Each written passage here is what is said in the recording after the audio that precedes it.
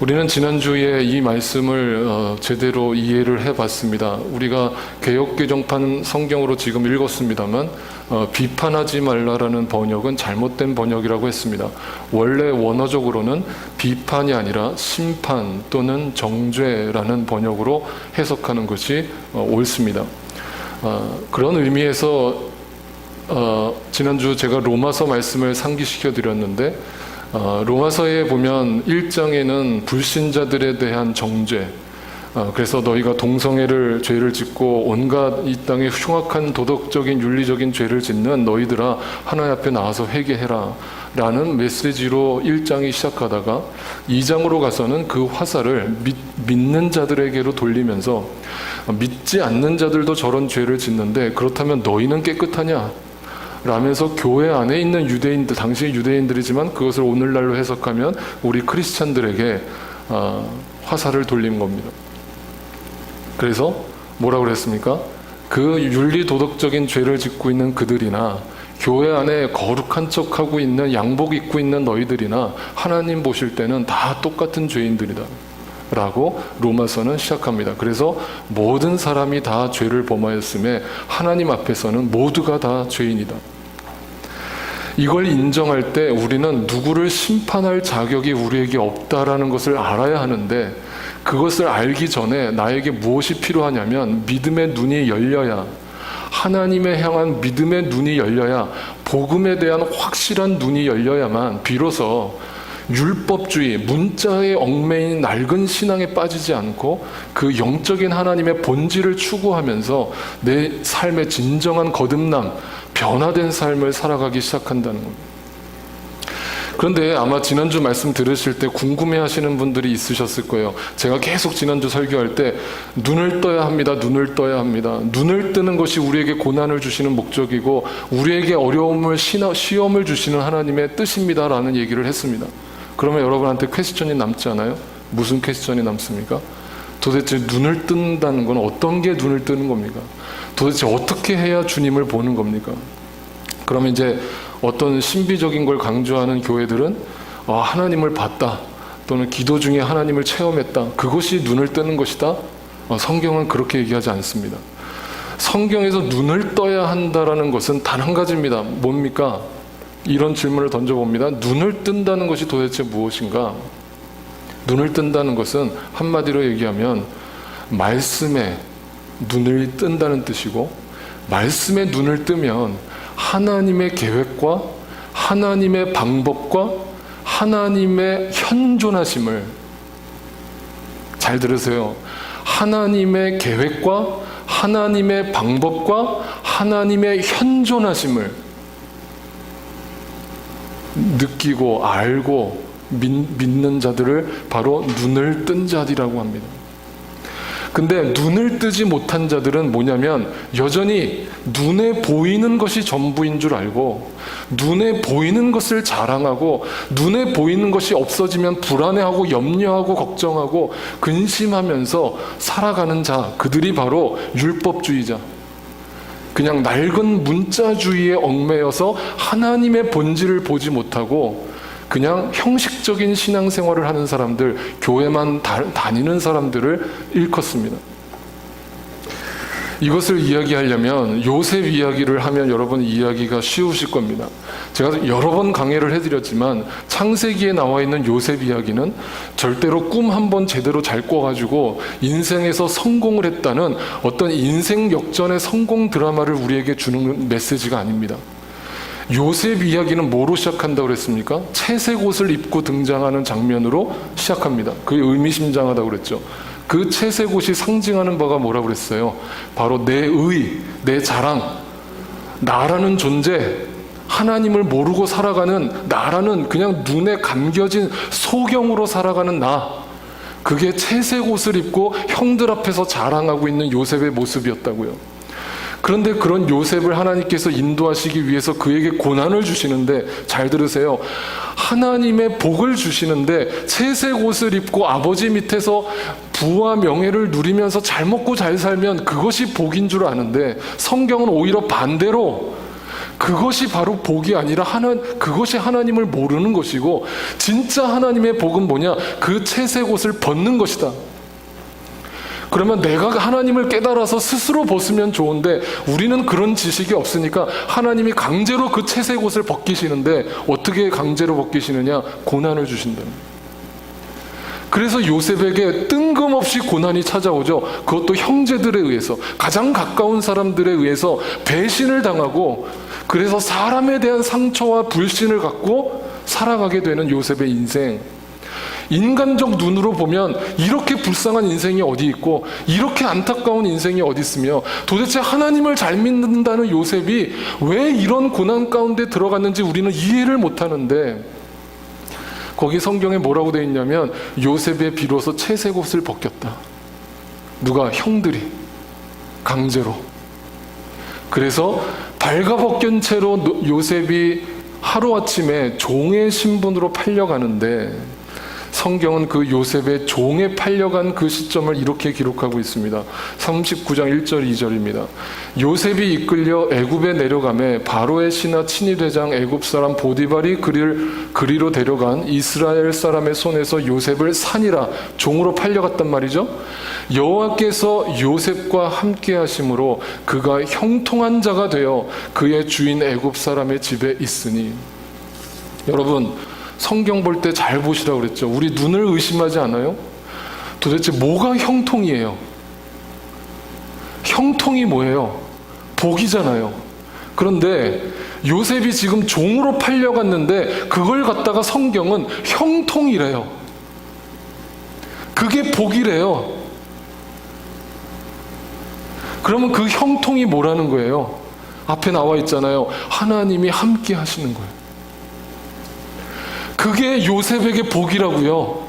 아버지 밑에서 채색 옷 입고 있는 게 복이 아니라, 엄청난 고난이 와서 세상적으로는 다 잃어버렸지만 그 가운데 하나님을 만난 것이 복이라고요. 이쯤 되면 우리 교인들은 아멘 하셔야 되는데 강제로 시켜서 죄송합니다. 그런데 다음 구절에 또 뭐가 나오냐면, 여기서 끝나지 않죠. 요셉의 고난이 여기서 그냥 끝나고 하나님 형통하심을 경험하고 이제 좀 회복시켜 주시면 얼마나 감사합니까? 아, 하나님 참 감당할 시험만큼만 주시는군요 하고 땡큐 할 텐데, 여기서 한 단계 더 들어가죠. 요셉이 이제는 누명까지 뒤집었습니다. 신실하게, 요셉이 어떻게 일을 했는데, 그 보디발의 집에서 신실하게 정직하게 자기에게 주어진 그 노예라는 신분을 최선을 다해서 봉사를 했는데, 그 결과가 뭐냐면 보디발 아내의 누명을 뒤집어 써서 어디로 갑니까? 감옥으로 들어가죠. 그 감옥에서 이렇게 얘기합니다. 이에 요셉의 주인이 그를 잡아옥에 가두니 그 옥은 왕의 죄수를 가두는 곳이었더라.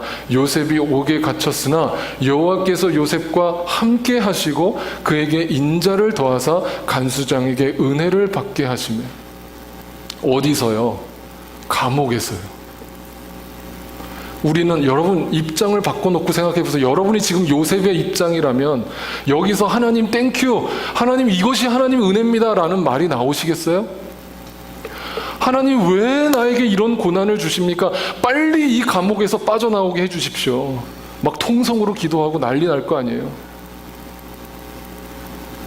그런데 옥에 갇히는 그것을 성경이 복이라고 얘기한대요. 이유가 뭐예요? 여기도 또 나오죠. 하나님이 요셉과 함께 계심으로. 거기가 복이라고요.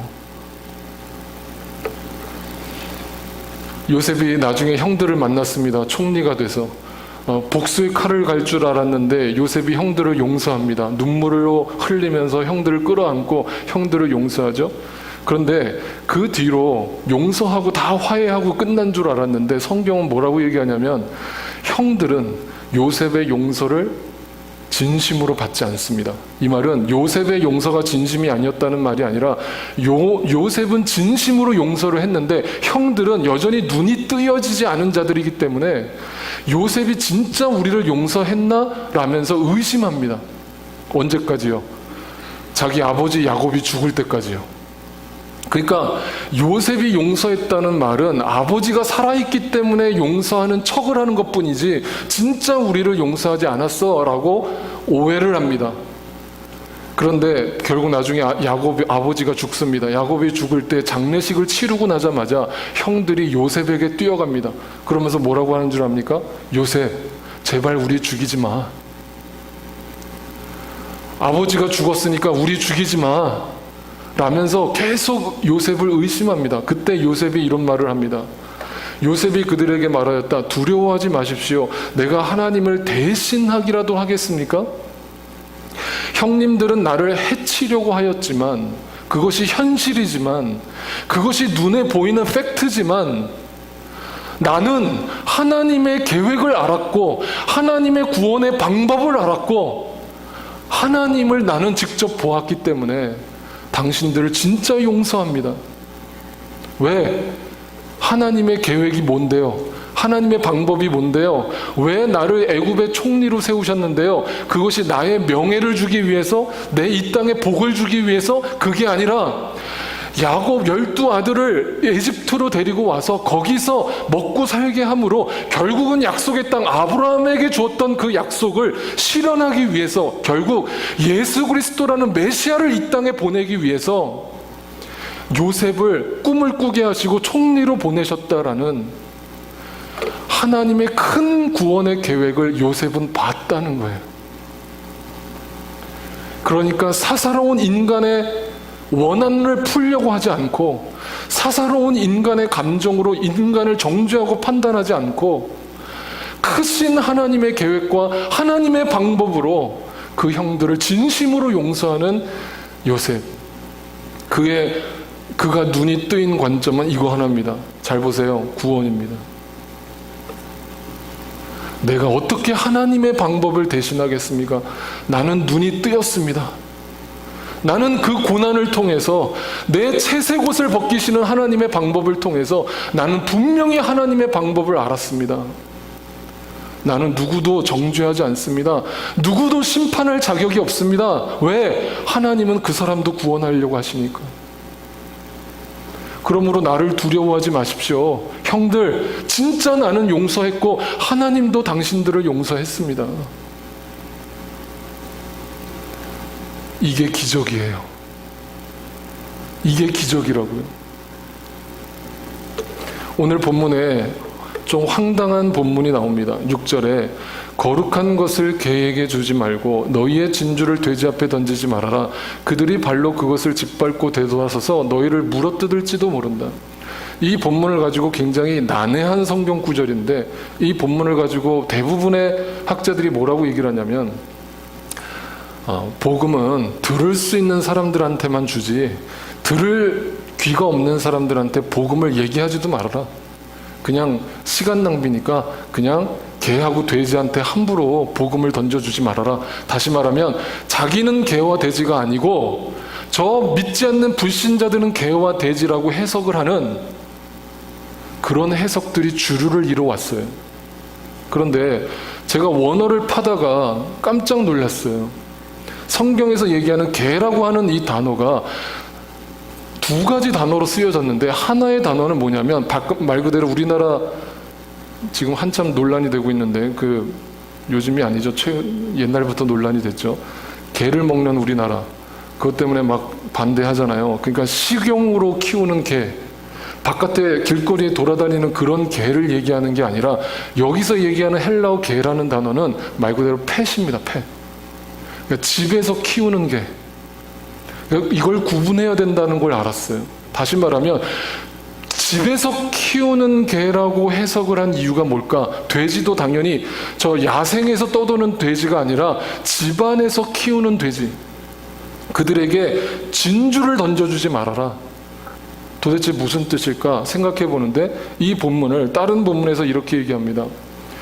예수님이 두로와 시돈이라고 하는 지역에 가신 적이 있어요. 마태복음 15장에 보면 두로와 시돈이 어떤 곳이냐면, 예수님은 계속 초창기에는 갈릴리 지역을 중심으로 유대인들에게만 복음을 전하셨어요. 지금 이 산상수훈도 유대인들에게만 전하고 계셨던 거예요. 거기에는 이방인들이 없었어요. 그런데 15장을 기점으로 갑자기 예수님이 사역의 방향을 바꾸시는데 그 계기가 되는 사건이 있었습니다. 그게 뭐냐면 어떤 여자가 예수님을 찾아왔는데 예수님, 나에게도 양식을 주십시오. 생명의 양식을 주십시오. 나에게도 하나님의 말씀을 주십시오라고 얘기를 하니까 예수님이 그 여자한테 뭐라고 얘기를 하시냐면 이렇게 얘기합니다. 같이 읽습니다. 시작. 예수께서 대답하셨다. 자녀들의 빵을 집어서 개들에게 던져주는 것은 옳지 않다. 그 여자가 말하였다. 주님, 그렇습니다. 그러나 개들도 주인의 상에서 떨어지는 부스러기는 얻어먹습니다. 여기서 개는 펫이에요? 길거리 돌아다니는 개예요? 펫이죠. 주인의 상에서, 여러분 강아지 키우시는 분들은 다 알 거예요. 저도 한국에서 강아지 키웠는데 밥 먹을 때마다 그 밑에 앉아서 이렇게 주인의 눈만 말똥말똥 쳐다보고 있는 그 강아지들을 보시죠. 뭐예요? 뭐 하나 던져달라는 거잖아요. 그러니까 여기서 개는 주인만 바라보는 개, 주인만 바라보는 개, 개는 개지만 주인만 바라보는 개, 그 개에게 주인의 상에서 부스러기 하나라도 떨어지는 것을 얻어먹기를 원하느니 주여 나에게 은혜를 베풀어 주십시오라는 간청. 이 여자가 이방인이었단 말이에요. 두로와 시돈의 여자였단 말이에요. 근데 예수님이 정말 그 여자를 개 취급을 했다는 말이 아니라 예수님은 이 사건을 일부러 만드셔서 마태복음에 기록을 했는데 이 얘기를 하시면서 예수님이 그 다음에 뭐라고 하시냐면 여자여 네 믿음이 크도다. 이제 바로 너와 같은 이방인들에게 하나님의 구원의 복음이 전해질 것이다 라는 말씀을 축복을 해주시는 거예요. 어디를 가든지 너의 믿음을 사람들한테 드러낼 것이다. 다시 말하면 여자의 믿음이라는 것이 도대체 뭐예요? 여기서 여자의 믿음은 뭐예요? 자기가 개라는 걸 인정한 거예요. 많은 사람들은 내가 개를 키우는 주인이라고 생각해요.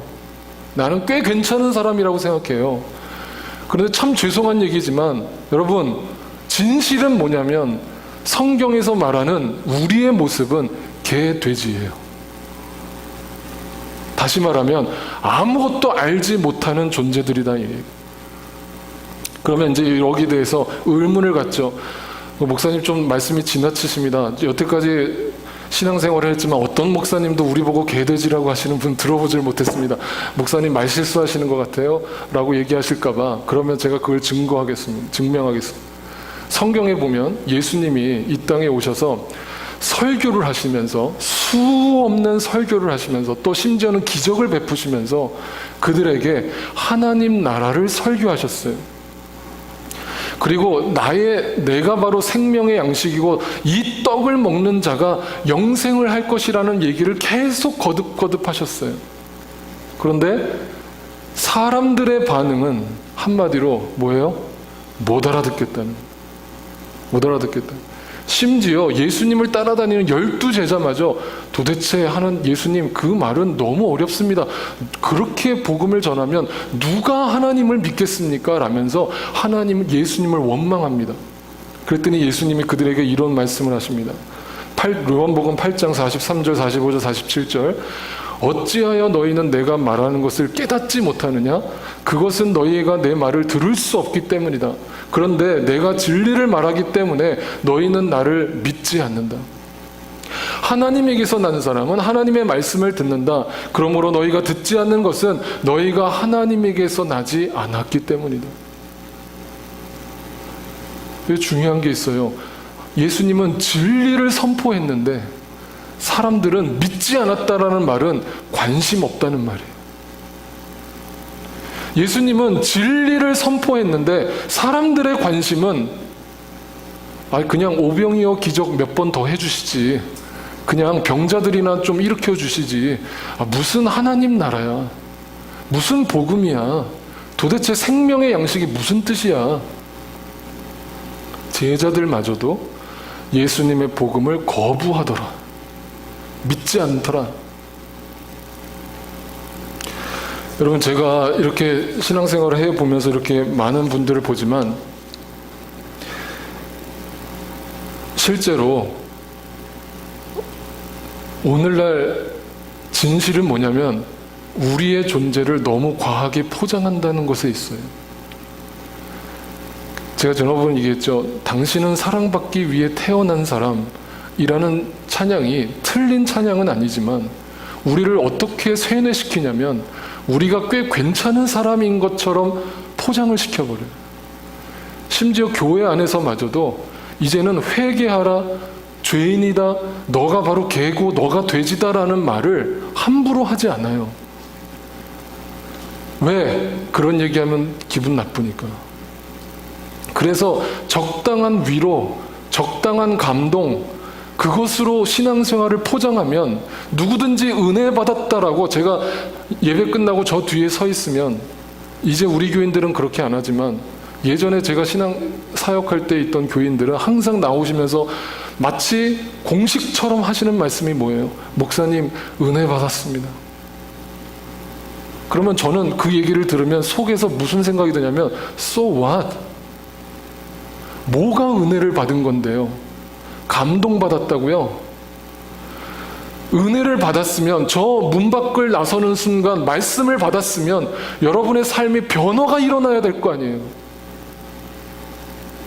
여러분의 삶에 뭔가 체인지가 돼야 될 거 아니에요.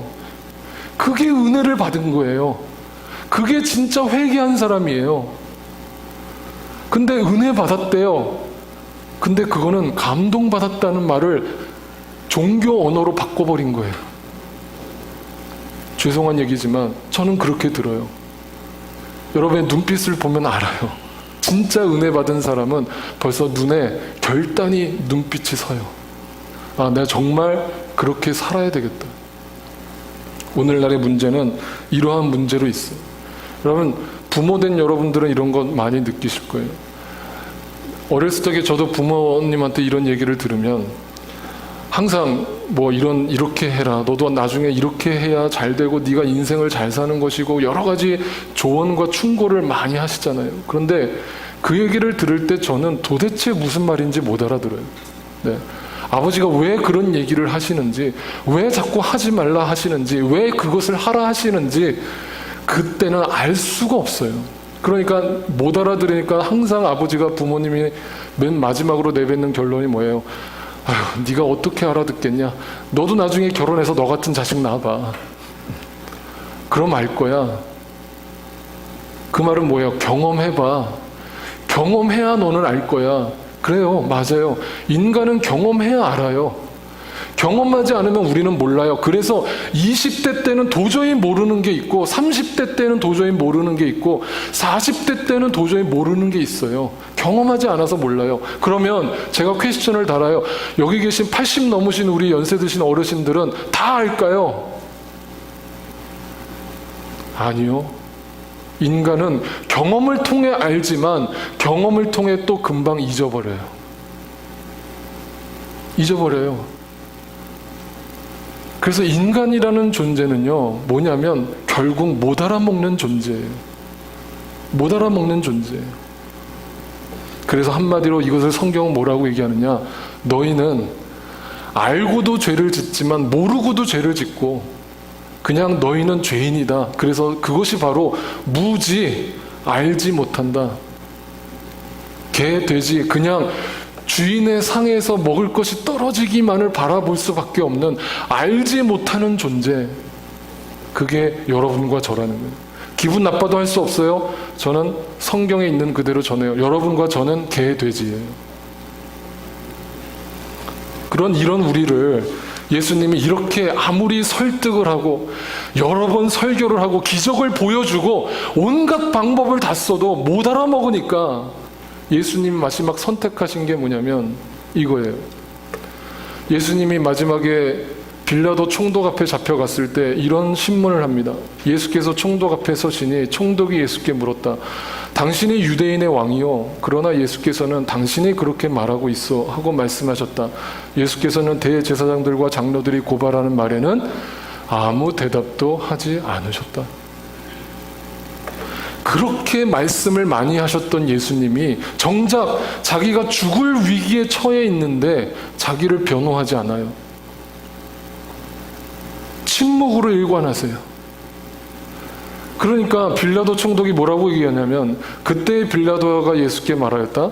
사람들이 저렇게 여러 가지로 당신에게 불리한 증언을 하는데 당신은 들리지가 않소? 그랬더니 예수께서 한마디도 단 한 가지 고발에도 대답하지 않으시니 총독은 매우 이상하게 여겼다. 자신을 변호해야 될 입장에 있는 예수님이 죽을 위기에 처해 있는데 불구하고 한마디도 자기 자신에 대해서 변호를 하지 않는 이유가 뭘까요? 작정하셨죠.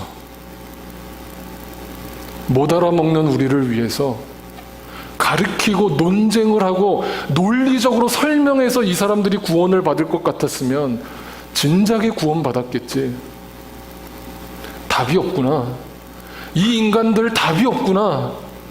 노아의 홍수 사건을 기억하고 있는데도 다 잊어버렸고, 이 땅에 수많은 선지자들을 보내서 하나님의 말씀을 계명으로 율법으로 줬는데도 다 잊어버리고, 날마다 똑같은 제사를 반복하고 있는 이 인간들아, 너희는 답이 없구나. 그러니 내가 죽어야겠구나. 그게 예수님의 침묵의 의미예요. 그래서 이사야 선지자는 예수님의 이 죽음을 이렇게 예언한 바가 있습니다. 같이 한번 읽겠습니다. 시작. 그는 굴욕을 당하고 고문을 당하였으나 아무 말도 하지 않았다. 마치 도살장으로 끌려가는 어린 양처럼, 마치 털 깎는 사람 앞에서 잠잠한 암령처럼 끌려가기만 할 뿐 아무 말도 하지 않았다. 질질 끌려가면서 아무 변호도 아무 변명도 하지 않고 죽음을 선택한 예수 그리스도, 그게 바로 여러분이 예수님의 사랑, 은혜라고 얘기하는 그 사랑이라고요.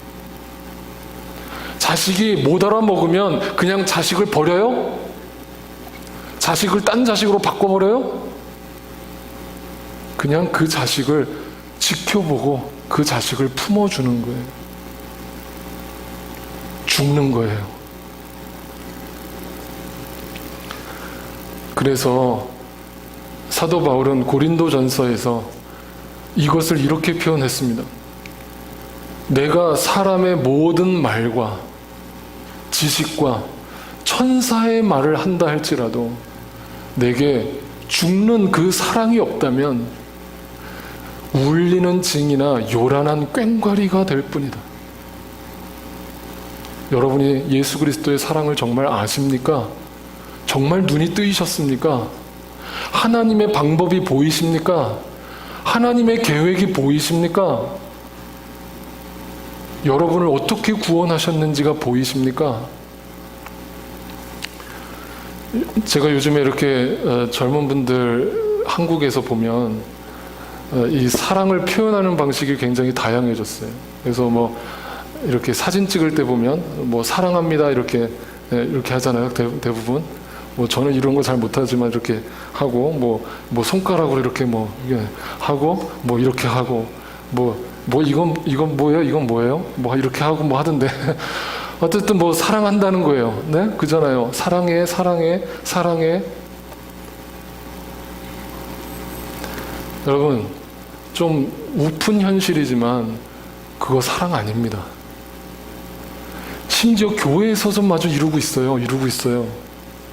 여러분, 그게 진짜 사랑일까요? 그런 게 사랑이라면 누구나 다 하게요.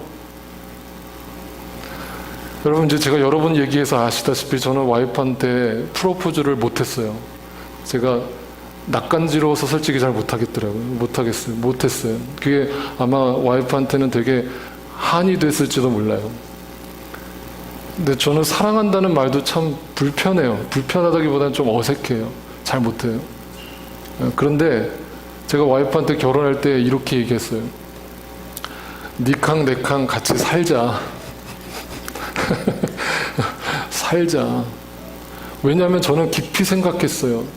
진짜 사랑한다는 말을 쉽게 못 뱉겠더라고요.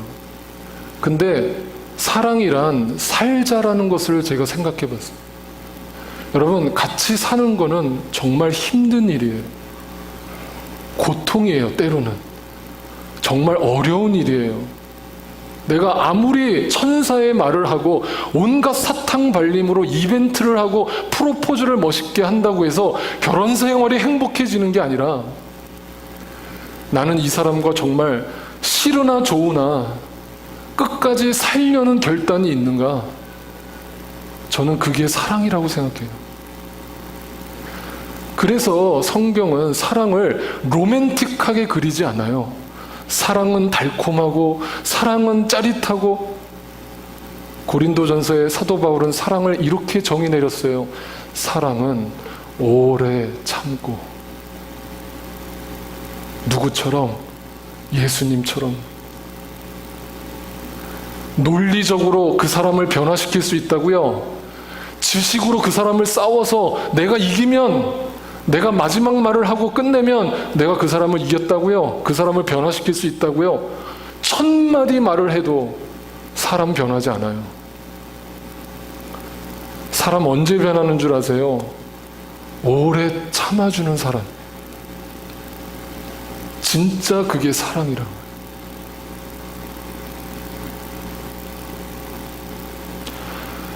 여러분, 다시 한번 여러분의 사랑을 점검해 보실 수 있기 바랍니다. 내가 하나님 앞에 어떤 존재였는데 하나님이 나를 사랑하셨다는 말의 의미 생각해 보세요. 그리고 내가 지금 누군가를 사랑한다는 그 말이 얼마나 허황된, 이빨로 그냥 입으로만 내뱉는 그냥 이빠른 소리에 지나지 않는지를 예수 그리스도의 십자가를 묵상하면서 생각해 보세요. 우리 같이 찬양 드리겠습니다.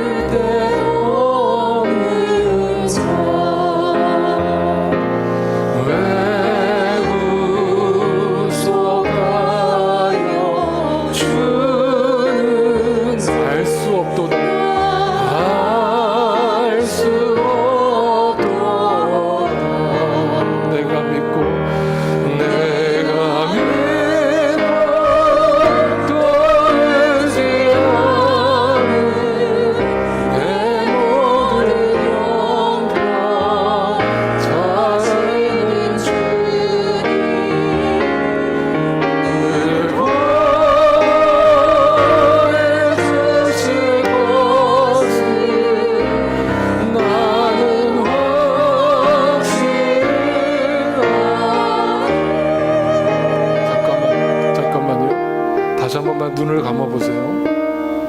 여러분, 요셉은 눈을 떴다고 그랬죠? 요셉은 눈을 떴어요. 그래도 눈을 뜨고 나니까 종으로 팔려가던 감옥에 갇혀있던 그 환경이 중요한 것이 아니라 내가 믿고 또 의지함은 지금도 나와 현존하시는 하나님, 나와 함께 하시는 하나님, 그분이 내 모든 형편을 아시는 주님, 그분께서 나를 보호해 주실 것을, 그 하나님의 크신 계획하심을, 내 모든 부족함과 연약함을 결국에는 선으로 바꾸어 주실 하나님을 나는 확실히 아네. 나는 확실히 눈을 떠서 봤네. 이 진리, 하나님의 방법과 하나님의 계획을 나는 알았네. 이걸 아는 자가 어찌 두려워하리요. 그 은혜를 아는 자, 그 사랑을 아는 자, 그 하나님의 방법을 아는 자가 어찌 두려워하리요. 다시 한번 우리 믿음으로 이 찬양 고백합시다. 내가 믿고 또 의지함은, 내가 믿고 또 의지함은